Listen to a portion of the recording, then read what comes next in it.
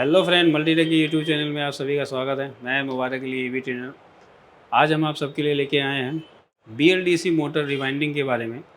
तो आज हम इस वीडियो में समझेंगे कि कोई भी रिक्शा का अगर मोटर आता है, चाहे वो 12 स्लॉट होता है या 18 स्लॉट होता है, ठीक है, या आपके साइन वेव होते हैं या स्क्वायर वेव मोटर होते हैं, उनकी रिवाइंडिंग कैसे की जाती है, उनकी डाटा सीट कैसे ली जाती है, ठीक है। तो ये सारी चीज़ों का इस वीडियो में हम स्टेप बाय स्टेप समझेंगे कि अगर किसी भी BLDC मोटर की अगर हमें रिवाइंडिंग करनी होती है जो कि 12 स्लॉट की होती है, तो उसको किस तरीके से रिवाइंड किया जाता है और कैसे हमें उसके डाटा सीट को लेना होता है, क्या क्या चीज़ें इंपॉर्टेंट होती है, ये सारी चीज़ें हम इस वीडियो में समझेंगे, ठीक है। तो जैसा कि आप देख सकते हैं, यहाँ पे हमने एक 12 स्लॉट का मोटर लिया है।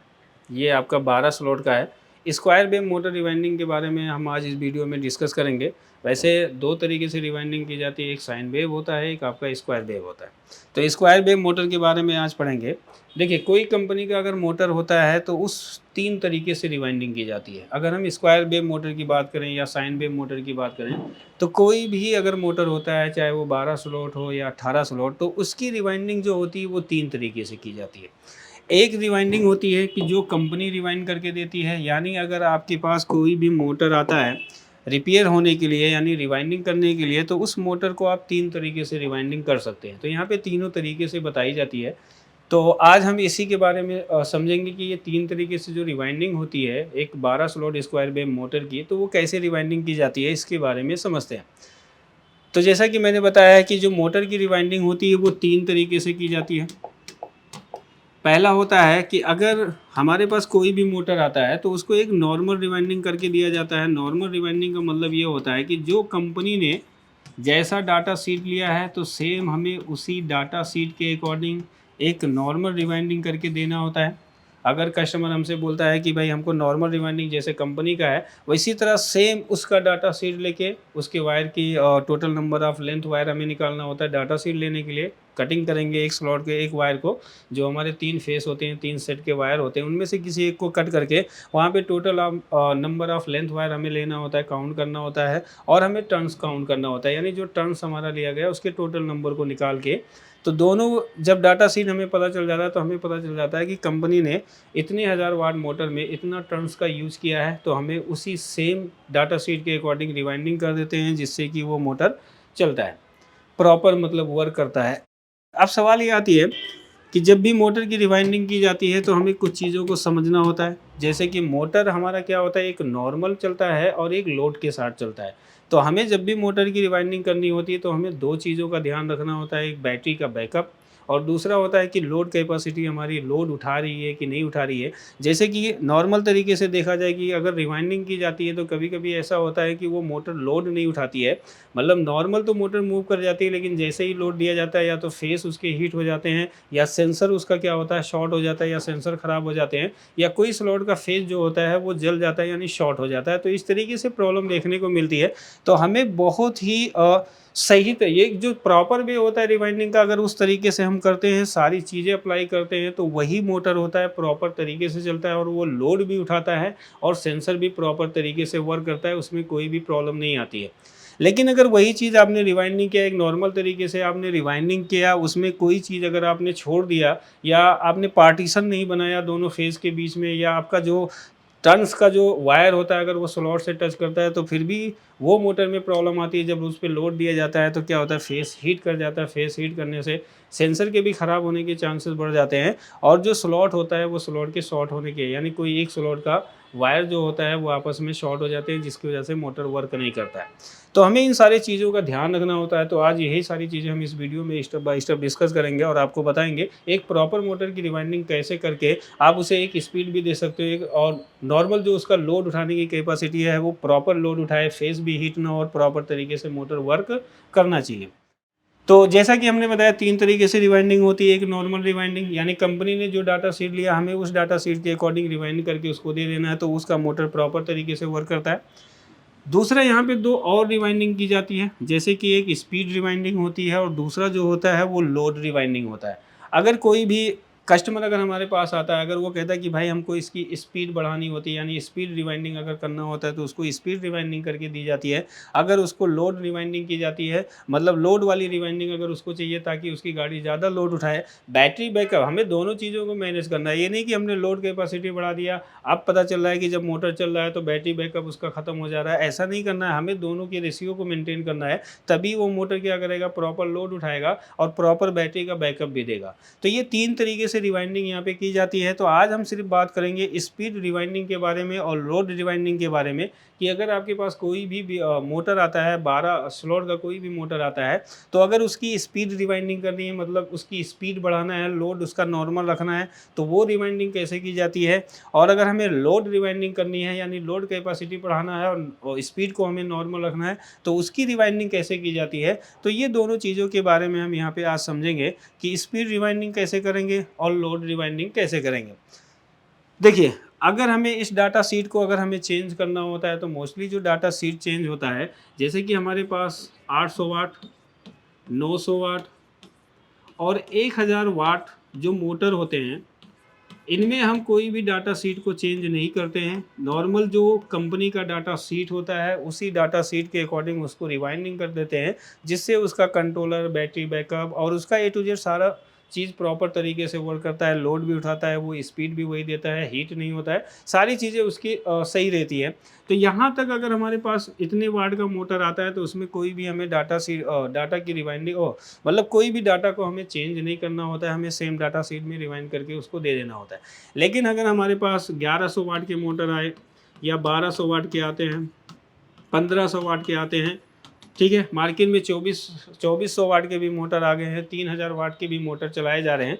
तो अगर इन मोटरों को हमें रिवाइंडिंग करना होता है, तो इन मोटर में क्या करते हैं, हम डाटा शीट को चेंज कर सकते हैं। यानी इन मोटर को हम 2 तरीके से रिवाइंड कर सकते हैं। एक लोड रिवाइंडिंग करके दे सकते हैं कस्टमर को, दूसरा होता है कि स्पीड रिवाइंडिंग करके भी दे दिया जाता है। तो जिससे क्या होता है कि इसमें हम डाटा शीट को चेंज करेंगे और डाटा शीट चेंज करके अगर रिवाइंड करेंगे, तो ये दोनों आपका काम कर जाता है। लेकिन हमें रिवाइंडिंग करते वक्त भी बहुत सारी चीज़ों का ध्यान रखना होता है। ऐसा नहीं होता है, जैसे मैंने काफ़ी देखा है कि बहुत से लोग रिवाइंड कर देते हैं, लेकिन वो चलता नहीं है, क्योंकि लोड नहीं उठाती है, या फेस उनका हीट हो जाता है, या सेंसर उनका ख़राब हो जाता है, या वायर इनके जल जाते हैं। तो ये बहुत सारी चीज़ों की प्रॉब्लम देखने को मिलती है। तो रिवाइंडिंग करना है तो एक प्रॉपर तरीके से करना है, ठीक है। तो डाटा शीट हमें चेंज करना होता है। अगर इतने वाट के मोटर अगर आपके पास रिवाइंड करने आते हैं, तो आप इन मोटरों को 2 तरीके से रिवाइंड कर सकते हो। एक स्पीड के लिए भी रिवाइंड कर सकते हैं, यानी स्पीड रिवाइंडिंग से दे सकते हैं, तो उसकी क्या होगी, मोटर की स्पीड ज़्यादा हो जाएगी, लोड उसका क्या रहेगा, नॉर्मल रहता है। उसी तरीके से अगर हमें लोड रिवाइंडिंग करना है, तो उसमें लोड कैपेसिटी ज़्यादा होगा, स्पीड आपकी नॉर्मल हो जाती है। तो आज हम यही समझते हैं कि ये दोनों की रिवाइंडिंग कैसे की जाती है, ये सारी चीज़ों को हमें समझना है, ठीक है। तो ज़्यादा कुछ नहीं होता है। अगर हमें स्पीड रिवाइंडिंग करनी होती है और हमारे पास अगर इस तरह के मोटर आए हुए हैं, ठीक है, और ये हमारे जो मोटर होते हैं, या तो स्क्वायर वेव होगा या साइन वेव होगा, तो आप उसमें डाटा शीट को चेंज करके आप उसे इस तरीके से रिवाइंडिंग कर सकते हैं। अब स्पीड रिवाइंडिंग करने के लिए हमें डाटा शीट में क्या चीज़ चेंज करना होता है, ठीक है। अगर मान लेते हैं कि मुझे स्पीड रिवाइंडिंग करनी है, स्पीड रिवाइंडिंग मतलब उस मोटर का स्पीड ज़्यादा होना चाहिए, लोड उसका नॉर्मल होना चाहिए। तो स्पीड रिवाइंडिंग के लिए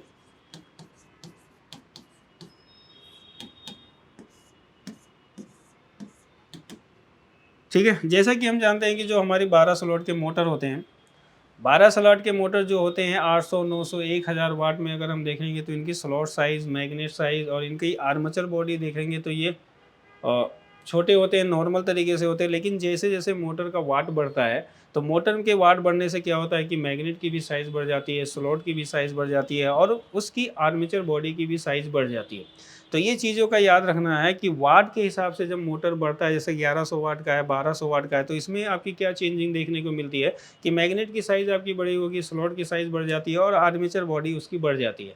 तो हमें उसके हिसाब से जो हम वायर लेते हैं, जो हम प्योर कॉपर वायर लेते हैं, कि जैसे 12 स्लॉट मोटर को रिवाइंड करना है, तो हमें कितना लेंथ लेना होता है, यानी कितने लेंथ का हमें एक वायर लेना होता है। उस वायर में हमें total number of length wire कितने लेने हैं, और हमें टर्न्स कैसे लेने होते हैं, और रिवाइंडिंग कैसे की जाती है, उस चीज़ को हमें यहाँ पे देखना होता है, ठीक है। तो अगर आपके पास वाट ज़्यादा वाट के मोटर आते हैं तो एक चीज़ हमेशा याद रखना, जैसे कि 1000 वाट तक अगर हम देखें तो जो हम वायर का लेंथ लेते हैं वो 12.5 फीट लेते हैं। लेकिन अगर हमारी मोटर की वाट ज़्यादा होती है तो उसके हिसाब से हमें वायर लेंथ की भी हमें ज़्यादा लेना होता है, क्योंकि अगर हम 12.5 फीट का अगर एक वायर लेते हैं तो अगर मेरे पास 1100 वाट का होता है या 1200 वाट का होता है तो वायर जो हमारा इनपुट निकलता है या आउटपुट निकलता है, ये वायर छोटे हो जाते हैं। छोटे होने से क्या होता है कि उनको क्लीन करने में, उनको रिसोल्ड करने में, उनको हर मतलब प्रॉपर लगाने में दिक्कत का सामना करना पड़ता है। तो इसलिए हमेशा याद रखना, जो लेंथ ऑफ वायर लिया जाता है हमेशा हाफ फीट ज़्यादा लिया जाता है।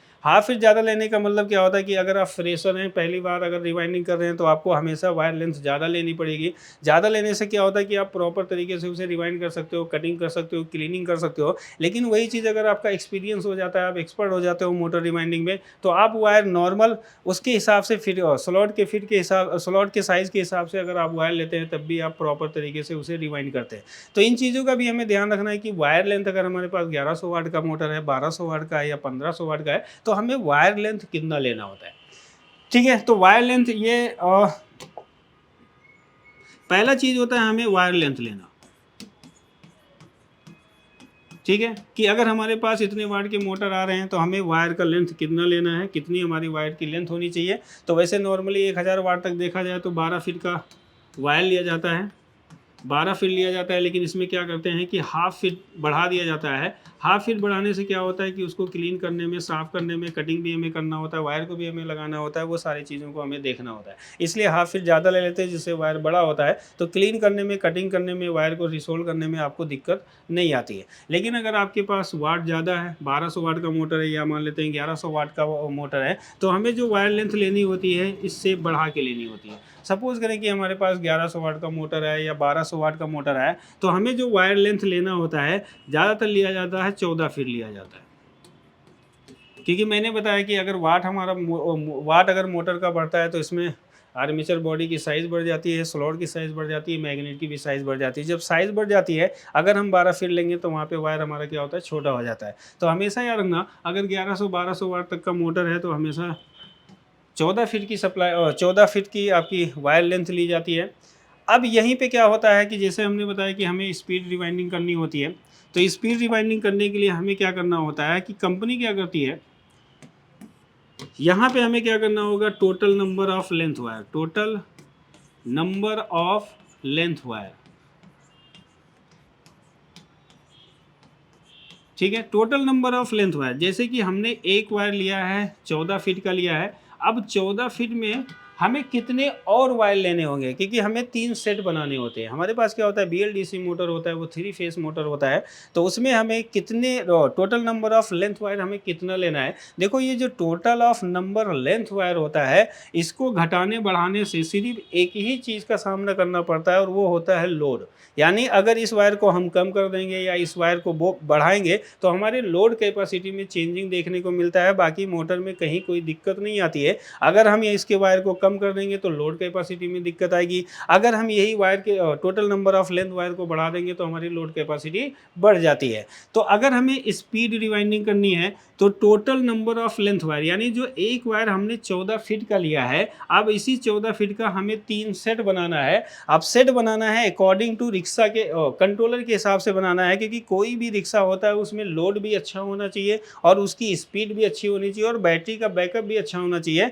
तो उसके हिसाब से हमें क्या करना होता है, इसके डाटा शीट को चेंज करना होता है। अब ये नहीं होता कि आपने लेंथ वायर ज़्यादा ले लिया और टर्न्स भी आपने ज़्यादा ले लिया तो वो मोटर को चलने में दिक्कत आएगी, आपकी लोड कैपेसिटी में दिक्कत आएगी, बैटरी के बैकअप में दिक्कत आएगी, मतलब कई चीज़ों की दिक्कत आनी शुरू हो जाएगी। तो यहाँ पे अगर हमें स्पीड रिवाइंडिंग करनी है तो total number of length wire हमें नॉर्मल रखना है। नॉर्मल का मतलब होता है कि 22 भी वायर ले लेते हैं, 23 भी वायर ले लेते हैं। यानी ये जो टोटल वायर लेती है कंपनी, कंपनी ने क्या किया होगा, वहाँ पे टोटल ऑफ जो लेंथ वायर लिया होगा वो तो या तो 22 लेती है या 23 लेती है, किसी किसी में इससे थोड़ा सा ज़्यादा भी ले लिया जाता है। तो हमें इस वायर को टोटल वही वायर लेना है जो हमने उस मोटर के डाटा शीट को निकाला है, जो उसमें हमें total number of length wire मिला है, हमें सेम उतने ही वायर के 3 सेट हमें रेडी कर लेने हैं, 3 सेट हमें यहाँ पे बना लेने थे। अगर 22 लेना है तो 22 भी ले सकते हैं, अगर 23 है तो 23 भी ले सकते हैं। सकते हैं। तो हमें एक नॉर्मल इसको रखना है, क्योंकि हमें मोटर एक स्पीड रिवाइंडिंग करनी है, लोड को हमें नॉर्मल रखना है, ताकि लोड जो हमारा नॉर्मल चल रहा है वो लोड नॉर्मल लेके चले, लेकिन उसकी स्पीड ज़्यादा होना चाहिए। तो यहाँ पे हमें क्या करना है, total number of length wire को सेम लेना है। अब हमें चेंजिंग क्या करना होगा, यहाँ पे जो हमारा टर्न्स होता है इसी में हमें चेंज करना होगा। अगर टर्न्स को हम चेंज करते हैं तो हमारी क्या होगी, मोटर की स्पीड अच्छी खासी बढ़ जाती है, लोड कैपेसिटी वही रहेगा लेकिन स्पीड बढ़ जाती है। तो टर्न्स में क्या होता है कि अगर कंपनी ने वहाँ पे 5-4 का लिया होगा या 6-5 का लिया होगा, तो हमें क्या करना है, इसी टर्न्स को इंक्रीज करा देना है। मतलब इसको हम अगर घटा रहे हैं या इसको नॉर्मल रख रहे हैं तो हमें टर्न्स को बढ़ाना है, तभी मोटर की स्पीड वहाँ पे बढ़ाई जा सकती है। तो अगर कंपनी ने 5-4 का टर्न्स लिया होगा तो हमें कितना लेना होगा, 6-5 का लेना होगा। अगर कंपनी ने 6-5 का लिया है तो हमें क्या करना होगा, 7-6 का टर्न लेना होगा। 7-6 टर्न लेने में थोड़ा दिक्कत आता है, लेकिन अगर आप प्रॉपर तरीके से रिवाइंडिंग करेंगे, प्रॉपर तरीके से एक एक रिवाइंडिंग को आप चेक करते जाएंगे, तो आपका 7-6 का भी टर्न्स आसानी से चला जाता है। क्योंकि तीसरा टर्न्स लेने में थोड़ा दिक्कत आता है, क्योंकि 7-6 का होता है। वैसे आप 6-5 का भी टर्न्स ले सकते हैं और 7-6 का भी टर्न्स ले लेते हैं। जितना टर्न्स आप बढ़ाएंगे उतनी ही गाड़ी की स्पीड यानी मोटर की जो स्पीड होगी वो अच्छा परफॉर्म करेगी, यानी स्पीड वो ज़्यादा देना स्टार्ट कर देगी। तो टर्न्स को बढ़ाने से, total number of length wire को सेम रखने से क्या होता है कि मोटर की स्पीड बढ़ जाती है। तो किसी भी मोटर की, अगर 1200 लोड का मोटर आया है, चाहे वो 1100 वाट का है, 1200 वाट का, कितनी भी वाट का अगर वो मोटर है, अगर उसे स्पीड रिवाइंडिंग करनी है तो हमें total number of length wire उतना सेम ही लेना है, और हमें क्या करना होता है, टर्न्स को बढ़ा देना होता है। अगर कंपनी ने 5-4 का लिया तो 6-5 कर दीजिए, अगर 6-5 लिया है तो 7-6 का टर्न्स ले लीजिए। इससे क्या होगा कि मोटर की स्पीड बढ़ जाएगी, लोड उसका नॉर्मल उठाएगा जो पहले लोड उठा रहा था। इससे क्या होगा कि मोटर की स्पीड ज़्यादा हो जाती है। इसके बाद जो दूसरा आता है, वो जो रिवाइंडिंग आती है, लोड रिवाइंडिंग। और एक रिवाइंडिंग ये भी होती है कि कोई कस्टमर आ जाता है, अगर वो बोल देते हैं कि यार हमको लोड ज़्यादा चाहिए, स्पीड हमारी नॉर्मल रहनी चाहिए लेकिन लोड कैपेसिटी हमें बढ़वाना है मोटर की रिवाइंडिंग करके, तो आप मोटर को रिवाइंड करके आप उस मोटर की यानी उस रिक्शा कंट्रोलर की आप लोड कैपेसिटी को भी बढ़ा सकते हो। लेकिन मैं फिर एक बार वही चीज़ मैं बता रहा हूँ कि हमें दोनों चीज़ को मेंटेन करना है। अगर दोनों चीज़ हम मेंटेन नहीं करेंगे तो बैटरी के बैकअप के ऊपर इफेक्ट डाल देता है। तो लोड रिवाइंडिंग करने के लिए हमें से जो सबसे पहले चीज़ों की ज़रूरत होती है, पहला जो होता है total number of length wire. अब हमें क्या करना है, लोड अगर हमें मोटर की बढ़ानी है, स्पीड को हमें नॉर्मल रखना है, तो जो total number of length wire है, यानी जो एक वायर हमने 14 फीट का लिया था, इसमें हमें क्या करना है, उसको चेंज कर देना है। मान लेते हैं सपोज कि कंपनी ने वहाँ पे जो वायर का यूज किया था वो 23 यूज किया था। जब आपने मोटर का डाटा शीट निकाला था तो वहाँ पे total number of length wire आपको 23 मिला था। लेकिन हमें क्या है, उसकी लोड कैपेसिटी को बढ़ाना है, तो इसमें हमें क्या करना है, इसी में हमें चेंजिंग करनी है। इसी वायर में अगर आप चेंजिंग करोगे, कम ज़्यादा करोगे, तो इसमें क्या होता है कि लोड की कैपेसिटी में हमें चेंजिंग देखने को मिलता है, यानी लोडिंग में ही हमें चेंजिंग देखने को मिलेगा। तो अगर कंपनी ने 23 लिया था तो आप क्या कर सकते हो, 25 भी ले सकते हो और 26 वायर ले सकते हो। ठीक है, 25 वायर और 26 वायर ले सकते हो। ये टर्न्स यानी ये वायर बढ़ाने से क्या होता है कि उस मोटर की लोड कैपेसिटी बढ़ती है। तो हमने क्या करना है कि अगर हमें लोड रिवाइंडिंग करनी होती है तो हमें total number of length wire में क्या करना होता है कि जो टोटल वायर कंपनी ने 23 लिया है उसमें हम इंक्रीमेंट कर देंगे, यानी 24 ले सकते हैं या 26 वायर का टोटल ले सकते हैं। इस तरीके से 26 या 25 वायर का हमें 3 सेट बनाना होता है, इतनी वायर का। तो इतने वायर से अगर रिवाइंडिंग करेंगे तो लोड कैपेसिटी बढ़ जाती है। और हमें टर्न्स कितना लेना होता है, टर्न्स हमारा कॉमन रहना चाहिए। कंपनी ने जितना टर्न्स लिया है हमें उतने ही टर्न्स को रखना है, सिर्फ इसी वायर में ही हमें चेंजिंग करना है, क्योंकि इस वायर में चेंज करने से क्या होती है, लोड कैपेसिटी आपकी बढ़ जाती है। तो टर्न्स अगर कंपनी ने 5-4 लिया है तो 5-4 का ही लेना है। अगर कंपनी ने 6-5 का लिया है तो 6-5 का ही टर्न्स हमें लेना होता है, यानी टर्न्स में हमें कोई चेंजिंग नहीं करनी है। अगर लोड रिवाइंडिंग हमें करना होता है तो total number of length wire को हमें चेंज करना होता है। तो इस तरीके से अगर इस डाटा शीट के अकॉर्डिंग आप रिवाइंडिंग करते हैं तो उस मोटर की क्या होती है कि लोड कैपेसिटी बढ़ जाती है, और लोड कैपेसिटी लोड कैपेसिटी बढ़ जाती है। इस तरीके से डाटा शीट को चेंज करके आप लोड कैपेसिटी भी बढ़ा सकते हो और स्पीड, मोटर की स्पीड को भी बढ़ा सकते हो। तो ये दो तरीके से रिवाइंडिंग होती है। एक लोड के लिए रिवाइंडिंग की जाती है, एक स्पीड के लिए रिवाइंडिंग की जाती है। स्पीड के लिए अगर रिवाइंडिंग करना है तो हमें total number of length wire को सेम रखना है, लेकिन टर्न्स को हमें बढ़ा देना है। अगर हमें लोड रिवाइंडिंग करनी होती है तो total number of length wire जो होता है इसको हमें बढ़ाना होता है, और टर्न्स जो होता है उस टर्न्स को हमें नॉर्मल रखना होता है जो कंपनी ने लिया है। अब आपकी जो रिवाइंडिंग होती है, रिवाइंडिंग किस तरीके से होती है अब इसको हम समझते हैं। वैसे अगर हम स्क्वायर वेव मोटर की अगर हम बात करें तो इसमें जो रिवाइंडिंग अभी तक किया गया है, अब ये जैसे कि हमने 12 स्लॉट का एक मोटर लिया है, ठीक है, और हमें इसकी रिवाइंडिंग करनी होती है। तो जैसा कि यहाँ पे हम जानते हैं हर मोटर के अंदर क्या होता है कि सेंसर लगाने के 3 स्लॉट होते हैं। हमेशा देखना जहाँ पे सेंसर लगा होता है उसके स्लॉट क्या होते हैं, कट होते हैं, यानी वहाँ पे 3 स्लॉट में हमें कट दिखेगा जहाँ पे हमें सेंसर प्लेट को लगाना है। और एक ज़रूरी बात, जब भी हमारे मोटर का वाट बढ़ता है तो आपके सेंसर की प्लेट की साइज़ बढ़ जाती है, क्योंकि वहाँ पे जो सेंसर लगाए जाते हैं उनके बीच जो डिस्टेंस होता है, जैसे एक सेंसर हमारा लगा है यहाँ पे और एक सेंसर हमारा लगा होता है, तो इनके बीच जो डिस्टेंस होता है ये वाट के हिसाब से प्लेट पे इस तरह के सेंसर को लगाया जाता है। लेकिन जब मोटर का वाट बढ़ता है तो इन दोनों सेंसर के बीच का जो डिस्टेंस होता है ये भी बढ़ता है, यानी हम कह सकते हैं कि जो सेंसर होता है वो वाट के हिसाब से इसकी प्लेट की साइज़ बढ़ जाती है। तो हमें मोटर में जब भी सेंसर को लगाना है तो हमें वाट के हिसाब से लगाना है। ऐसा नहीं होता है कि जैसे कि उसमें आप BLDC में जो लगा था 1000 वाट मोटर में, वही 1100 वाट में या 1200 वाट में लगा दोगे तो आपका मोटर चलेगा। ये मोटर कुछ देर चल सकता है, लेकिन कुछ देर चलने के बाद वो प्रॉब्लम क्रिएट कर देगा, या तो झटका मार देगा, या आपका मोटर आपका वहाँ पे शॉर्ट हो सकता है, या आपका सेंसर ख़राब हो जाता है।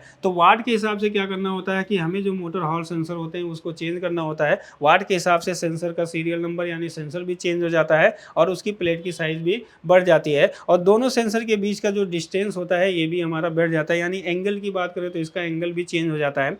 तो यहाँ पे देखेंगे हमने 12 स्लॉट का एक मोटर लिया है, तो यहाँ पे सेंसर होता है, ये बीच में जो होता है स्टेटर होता है, स्टेटर मतलब जहाँ पे मैग्नेट लगा होता है, और ये इसके स्लॉट होते हैं, ये इसके क्या होते हैं, होल होते हैं। तो इस तरीके से मोटर होता है। अब हमें इस BLDC मोटर की अगर हमें रिवाइंडिंग करनी होती है, स्क्वायर वेव अगर हमें करनी है, तो किस तरीके से हमें रिवाइंडिंग करनी है इसको हम इस चीज़ को समझते हैं। तो जैसा कि देख सकते हैं सेंसर को हमें छोड़ के हमेशा, या तो सेंसर के जस्ट बगल से 3 स्लॉट को छोड़ के आप ले सकते हो, या सेंसर के सामने से ले सकते हो, या जैसे कोई मोटर होता है तो मोटर में देखेंगे तो एक सेंसर का कट बना होता है, एक फेस का कट बना है, तो इसके हिसाब से आप इस वायर को इन कर सकते हो। अगर यहाँ पे फेस का अगर कट बना है तो यहाँ पे हमें इन लेना होगा, तो तीनों इनपुट हमारा यहाँ से निकल जाएगा, जिससे कि इससे हम बाहर ले सकते हैं, और सेंसर का यहाँ पे लग के सेंसर का वायर यहाँ पे बाहर निकल जाएगा। तो आप बॉडी के हिसाब से जो वहाँ पे कट बना है उसके हिसाब से भी इस वायर को इन करा सकते हो। तो देखिए स्क्वायर वेव अगर मोटर की रिवाइंडिंग की जाए तो इसमें सबसे ज़्यादा जो अभी तक की गई है वो एंटी क्लॉक इसकी रिवाइंडिंग की जाती है। एंटी क्लॉक हमें यहाँ पे करना होता है। अब एंटी क्लॉक करने के लिए क्या करना होता है, जैसे कि हमें पहले वायर को इन करना है, तो यहाँ पे ये हमारा क्या होगा, इस वायर को हमने यहाँ पे इन किया, तो ये हमारा जो वायर गया है वो एंटी क्लॉक गया है। इस वायर की काउंटिंग नहीं होती है। देखो यहाँ पे जो काउंट किया जाता है वो टर्न्स को काउंट किया जाता है। ये जो वायर गया है ये वायर इसका इन वायर होता है, इस वायर को हमें काउंट नहीं करना है। अब हम मान लेते हैं कि हमें 6-5 का टर्न्स लेना है, ठीक है, तो ये एंटी क्लॉक गया, तो ये जब यहाँ से घूम के यहाँ पे आएगा तो एक टर्न्स कहलाएगा, इधर 0 हो गया। अब ये वायर जब घूम के दोबारा आएगा तो इधर 1 टर्न्स हो गया, इधर 2 हो गया। अब ये वायर जब घूम के आएगा इधर 3 हो गया, इधर 4। इस तरीके से हमें क्या करना है, टर्न्स को चलाना है। अब इधर 4 हो गया, इधर 3। अब इधर देखेंगे तो इधर क्या हो गया 5, और इधर क्या हो गया 4। अब हमें 6-5 का करके इस वायर को हमें निकाल लेना होता है। तो यहाँ पे अगर हम काउंट करेंगे तो ये 1 2 3 4 5 6, यानी इस साइड 6 है, इस साइड हमारा क्या है 5। ये 6-5 का हमारा रेशियो बनेगा। अब हमें क्या करना है, 2 स्लॉट को छोड़ देना है, यानी 2 स्लॉट और 1 होल को अब हमें छोड़ देना है। अब जो हमारे वायर का इन होगा यहाँ पे होगा, ए बी जो इन होगा वो एंटी क्लॉक होगा। अब यहाँ पे भी हमें 6-5 का टर्न चलाना है, तो 2 हो गया, 3 4 5, और फिर ये छठा हमारा क्या होगा, यहाँ से निकल जाता है। फिर हमें क्या करना है, 2 स्लॉट को हमें यहाँ पे छोड़ देना है, 1 स्लॉट 2 स्लॉट 2 स्लॉट को छेड़ के फिर हमें यहाँ पे वायर को डालना है। तो ये 1 हो गया, 2 3 4 5, फिर ये छठा हमारा बाहर निकल जाएगा। फिर हमें 2 स्लॉट को यहाँ पे छोड़ देना है और यहाँ पे नेक्स्ट स्लॉट से लेना है, यानी 2 स्लॉट 1 होल को हमें छोड़ना होता है। तो ये 1 हो गया, 2 3 4 5, और ये छठा हमारा क्या होता है, आउटपुट निकल जाता है। तो ये फर्स्ट वायर का हमें आउटपुट देखने को मिल जाता है। तो यहाँ से हमारा ये आउटपुट हो जाता है। तो इस तरीके से फर्स्ट सेट से हमें क्या करना है, 4 स्लॉट को हमें रिवाइंड करना है। अब अगर अंदर की साइड देखेंगे तो हमारा 6 का रेशियो बनता है और बाहर की साइड देखेंगे तो हमें 5 का रेशियो देखने को मिलता है। तो इस तरीके से पहले वायर को हमें इस तरीके से रिवाइंड करना होता है। इसी तरीके से अगर हम देखेंगे दूसरे वायर को इन करना है तो पहले स्लॉट को जो हमने रिवाइंड किया है, इसी के स्लॉट में हमें क्या करना होता है, दूसरे वायर को इन करना होता है। तो ये हमारा क्या होगा, सेकेंड वायर इन हो जाएगा। ये वायर जो था हमारा फर्स्ट वायर था, अब इसको भी क्या करना है, सेम उसी तरीके से हमें रिवाइंड करना है। 6-5 का टर्न लेना है, 1 2 3 4 5 और ये क्या होगा, छठा हमारा क्या होगा, बाहर हो जाएगा, वो एंटी क्लॉक ही निकलेगा। फिर 2 स्लॉट को छोड़ के फिर हमें रिवाइंड करना है, 1 2 3 4 5, फिर हमें क्या करना है, ये हमारा निकल जाएगा और 2 स्लॉट को हमें छोड़ देना है, 1 2 3 4 5 और ये इस तरीके से 2 स्लॉट को छोड़ के फिर ये हमारा यहाँ पे आ जाएगा, 1 2 3 4 5 और ये हमारा क्या हो जाएगा, सेकेंड आउटपुट निकल जाएगा। ये फर्स्ट आउट था और ये क्या होगा, सेकेंड आउट हो जाएगा। इसी तरीके से ये सेकेंड इन होगा और ये वाला वायर का जो होगा वो फर्स्ट इन होगा। अब हमें तीसरे वायर को रिवाइंड करना है। तो तीसरे वायर के लिए हमें क्या करना है, यहाँ पे हमें तीसरे वायर को इन ले लेना है। ये थर्ड वायर का हमारा इनपुट होता है। अब हमें क्या करना है, इसको भी सेम उसी डायरेक्शन में हमें रिवाइंड करना है, 1 2 3 4 5 और ये छठा हमारा निकल जाएगा। अब जहाँ जहाँ हमारा स्लॉट बचा है उसी को रिवाइंड कर देंगे, 6-5 का टर्न्स ले लेंगे और इस तरीके से ये भी हमारा निकल जाएगा। अब यहाँ पे हमें 6-5 करना है, 1 हो गया, 2 3 4 5, फिर ये हमारा निकल जाएगा, 1 2 3 4 5 और ये छठा हमारा निकल जाएगा। ये हमारा रहेगा थर्ड आउट रहेगा। तो इस तरीके से हमें मोटर की रिवाइंडिंग की जाती है। तीनों सेट को हमें इस तरीके से यहाँ पे रिवाइंड करना होता है। इस तरीके से हमें 12 स्लॉट मोटर की अगर हमें स्क्वायर वेव रिवाइंडिंग करनी होती है तो सेम इस तरीके से करते हैं। ये सेकेंड वायर हमारा इन था और ये वाला जो वायर था ये हमारा फर्स्ट वायर का इन है। तो इस तरीके से हमें रिवाइंडिंग करना होता है। लेकिन एक चीज़ मैं बताना भूल गया था, जब भी आप मोटर की रिवाइंडिंग करते हैं तो हमने 2 चीज़ों का ध्यान रखना होता है। देखिए ये जो पार्टीशन होता है ना, दोनों स्लॉट के बीच हमें पार्टीशन लगाना ज़रूरी होता है। पार्टीशन लगाने से क्या होता है, दोनों वायर टच नहीं होते। जब मैग्नेटिक फील्ड बनता है तो दोनों हीट होते हैं, एक दूसरे से टच नहीं हो पाते, जिसकी वजह से क्या होता है कि ये मोटर प्रॉपर तरीके से लोड उठाता है। तो हमेशा याद रखना कि दोनों स्लॉट के बीच में अगर आप पार्टीशन लगा देते हैं इस तरीके से, या इसके लिए रिवाइंडिंग रबर भी आता है, मार्केट में अवेलेबल है, आप रिवाइंडिंग रबर भी लाके लगा देते हैं। क्योंकि अगर ये पार्टीशन आप नहीं बनाओगे तो यही मोटर क्या होगा कि लोड उठाने में दिक्कत होती है, यानी ये लोड नहीं उठाएगा और फेस बहुत ज़्यादा हीट करेगा और यही कुछ दिन चलने के बाद मोटर बहुत जल्दी शॉर्ट हो जाता है। दूसरा चीज़, अगर हमें यहाँ पे रिवाइंडिंग करना है तो पीछे की साइड क्या होता है कि जो लकड़ी हमारी आती है, एक पटरी टाइप का होता है, यहाँ पे लकड़ी को लगा देते हैं और जब हम पहले स्लॉट को यहाँ पे रिवाइंड कर लेते हैं तो उससे क्या होगा कि जब हम वायर को यहाँ पे टाइट करते हैं तो ये वायर स्लॉट के बीच में डिस्टेंस आ जाता है, यानी गैप आ जाता है, जिससे ये वायर क्या करता है, स्लॉट से टच नहीं हो पाता, जिससे भी शॉर्टिंग के केसेज यहाँ पे ख़त्म हो जाते हैं। तो इस तरीके से लगाकर फिर रिवाइंड करना, फिर इसको निकाल लेना, फिर दूसरे को रिवाइंड करते हैं, उसमें इस तरीके से लगा के करेंगे तो स्लॉट और इस वायर के बीच में क्या होता है, थोड़ा सा गैप आता है। गैप आ जाने के कारण क्या होगा कि इनकी शॉर्टिंग, यानी एक लाइफ को बढ़ाना होता है। अगर इस तरीके से पार्टीशन बना के इस तरीके से अगर आप ये लगा के करेंगे तो इसी वायर की कैपेसिटी क्या होती है, अच्छी रहती है और ये बहुत अच्छे तरीके से परफॉर्म करता है। अगर यही चीज़ें हम नहीं लगाते हैं तो जैसे ही हम उसको कंट्रोलर में लगाते हैं, लोड देते हैं, तो यही मोटर क्या होता है, शॉर्ट हो जाता है या सेंसर शॉर्ट हो जाता है, या यहाँ पे क्या होता है कि कोई फेस एक शॉर्ट होके मोटर वहाँ पे रुक जाता है। तो इस तरीके से स्क्वायर वेव मोटर की रिवाइंडिंग करना है। रिवाइंडिंग करने के बाद हमें 6 वायर हमारे पास होते हैं, 3 इन होता है, 3 आउट होता है। आउटपुट को हमेशा आउटपुट में जोड़ दिया जाता है, लेकिन पहले जोड़ने से पहले क्लीन करके हमें इन वायरों की शॉर्टिंग चेक करना होता है कि कोई फेस का वायर ऐसा तो नहीं है कि जो बॉडी से टच कर रहा है। तो हम यहाँ पे स्टेप बाय स्टेप एक वायर मल्टीमीटर को बीप पॉइंट पे सेट करके एक वायर यहाँ पे लगाकर बॉडी से चेक कर लेते हैं। तो हमें यहाँ पे अगर बीप साउंड देखने को मिलता है तो इसका मतलब उसी वायर में शॉर्टिंग है। अगर बीप नहीं आ रहा है तो शॉर्टिंग हमारी हट गई है। यहाँ पे सेंसर लगा देते हैं, वार्निश यहाँ पे डाल देते हैं। आप चाहो तो जगह जगह स्लॉट को बांध सकते हो, मजबूती देने के लिए आप बांध सकते हो, जिससे क्या होता है कि मोटर का जो परफॉर्मेंस होता है बहुत अच्छा होता है। तो इस तरीके से करके एक मोटर को रिवाइंड किया जाता है। और रिवाइंडिंग करने के बाद जैसे कि हमने शुरू में बताया था कि आप तीनों तरीके से रिवाइंड कर सकते हो। नॉर्मल रिवाइंडिंग होती है, लोड रिवाइंडिंग होती है और स्पीड रिवाइंडिंग होती है। तो हमने स्टेप बाय स्टेप इसका डाटा शीट भी बताया कि अगर लोड रिवाइंडिंग करना है तो कैसे करना है, स्पीड रिवाइंडिंग करना है तो कैसे करना है, नॉर्मल रिवाइंडिंग करना है तो कैसे करना है। तो ये था हमारा आज का जो वीडियो था, इसी स्क्वायर वेव मोटर रिवाइंडिंग के बारे में था। ये जो 3 तरीके से होती है, तीनों तरीके से हमने स्टेप बाय स्टेप यहाँ पे बता दिया। तो ये था हमारा स्क्वायर वेव मोटर रिवाइंडिंग के बारे में कि स्क्वायर वेव मोटर की रिवाइंडिंग कैसे की जाती है। तो आज की वीडियो में बस इतना ही। नेक्स्ट वीडियो में मिलते हैं नए टॉपिक के साथ। जब तक के लिए थैंक यू, धन्यवाद।